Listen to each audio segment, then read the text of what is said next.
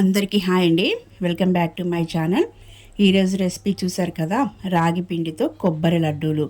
ఇవి చాలా ఈజీగా చేసుకోవచ్చు, అలాగే మంచి బలాన్ని శక్తిని ఇస్తాయి. పిల్లలకి స్కూల్ నుండి రాగానే ఒక లడ్డు పెట్టినా చాలండి, వాళ్ళు చాలా స్ట్రాంగ్గా ఉంటారు. అలాగే ఫుల్ ఆఫ్ కాల్షియం, ఐరన్ ఉండే ఈ రాగి లడ్డూలు ఎలా చేయాలో చూసేద్దాం. ముందుగా ఒక బాండీ పెట్టుకొని హాఫ్ కప్పు నెయ్యి వేసుకొని వేడి చేసుకోవాలి. ఇప్పుడు పావు కప్పు జీడిపప్పు వేసుకొని వేయించుకోవాలి. అలాగే వీటితో పాటు చిన్న చిన్న ముక్కలుగా చేసుకున్న జీడిపప్పు కూడా వేసుకోవాలి. అప్పుడు లడ్డు చుట్టినప్పుడు టేస్ట్ చాలా బాగుంటుంది. నెక్స్ట్ ఇవి దోరగా సిమ్లో వేయించుకోవాలి. ఇవి వేగిన తర్వాత, అంటే సగం వేగిన తర్వాత హాఫ్ కప్పు కిస్మిస్ వేసి వేపుకోవాలి. ఇంకా మీకు ఇష్టమైన నట్స్ వేసుకోవచ్చు. బాదం పప్పు మాత్రం పీలప్ చేసుకొని వేసుకోవాలి ఉంటే. సో ఈ లడ్డూకి ఇవి సరిపోతాయి. ఇవి వేగిన తర్వాత వేరే గిన్నెలోకి తీసుకొని పక్కన పెట్టుకొని 2 కప్పుల రాగి పిండి వేసుకోవాలి. ఈ నెయ్యి కరెక్ట్గా సరిపోతుందండి. మీకు కొంచెం అటు ఇటుగా పిండి ఎక్కువైంది అనుకుంటే ఇంకొంచెం నెయ్యి వేసుకోవచ్చు. అలాగే ఈ పిండి నెయ్యితో పూర్తిగా తడిచిపోవాలి. అప్పుడే మనకి ఈ రాగి పిండి కరెక్ట్గా వేగుతుంది. అలాగే ఈ రాగి పిండి వేగేటప్పుడు మంచి అరోమా వస్తుందండి, చాలా మంచి అరోమా. అది వచ్చినప్పుడే మనకు ఈ పిండి కరెక్ట్గా వేగినట్టు తెలుస్తుంది. నెక్స్ట్ ఈ కొలతలకి కప్పు బెల్లం కరెక్ట్గా సరిపోతుందండి స్వీటు. సో ఈ ప్లేస్లో తాటి బెల్లమైనా, మనకి పటిక బెల్లమైనా వేసుకోవచ్చు. ఈ బెల్లం కూడా త్వరగానే మెల్ట్ అయిపోయి కలిసిపోతుంది. తర్వాత ఇందులోకి హాఫ్ కప్పు కొబ్బరి పొడి వేసుకోవాలి. ఇందులో నుంచి కూడా మనకి ఆయిల్ అనేది రిలీజ్ అవుతుందండి వేగేటప్పుడు.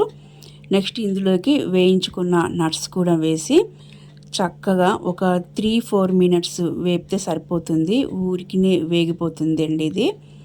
తర్వాత ఇందులోకి అరోమా కోసం ఒక చిన్న స్పూను యాలకుల పొడి వేసుకొని కలుపుకోవాలి. తర్వాత దీన్ని ఒక 2-3 మినిట్స్ అలా కలిపిన తర్వాత మనకి ఇందులో మాయిశ్చరైజర్ని బట్టి పాలు కలుపుకోవాలి. ఈ కొలతలకి కరెక్ట్గా మనకి ఒక కప్పు పాలు సరిపోతాయి. సో చూసారు కదా పొడి పొడిగా ఎలా వచ్చిందో. నెయ్యి కరెక్ట్గా సరిపోయిందనమాట. ఇందులోకి ఒక కప్పు పాలు వేసుకొని ఈ వేడి మీదే ఈ పిండి అంతా ఒక 2-3 మినిట్స్ కలిపేసుకోవాలి. పాలు మొత్తం పిండి అంతా పట్టేలాగా ఒకసారి కలుపుకొని చక్కగా సిమ్లో పెట్టేసుకోవాలి స్టవ్. దీన్ని ఒక 10 మినిట్స్ లేకపోతే ఒక 15 మినిట్స్ పాటు మూత పెట్టి పక్కన ఉంచేసుకోవాలి. ఒక 15 మినిట్స్ ఉంటే సరిపోతుందండి. పిండి గోరువెచ్చగా ఉన్నప్పుడే మనం లడ్డు చుట్టుకోవడానికి కరెక్ట్గా ఉంటుంది.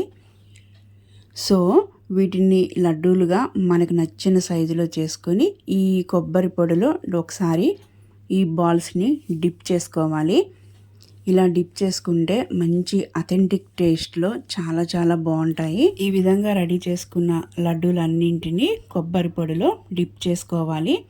వీటన్నింటినీ గోరువెచ్చగా ఉన్నప్పుడు చేసుకుంటే మనకి ఈజీగా వచ్చేస్తాయి.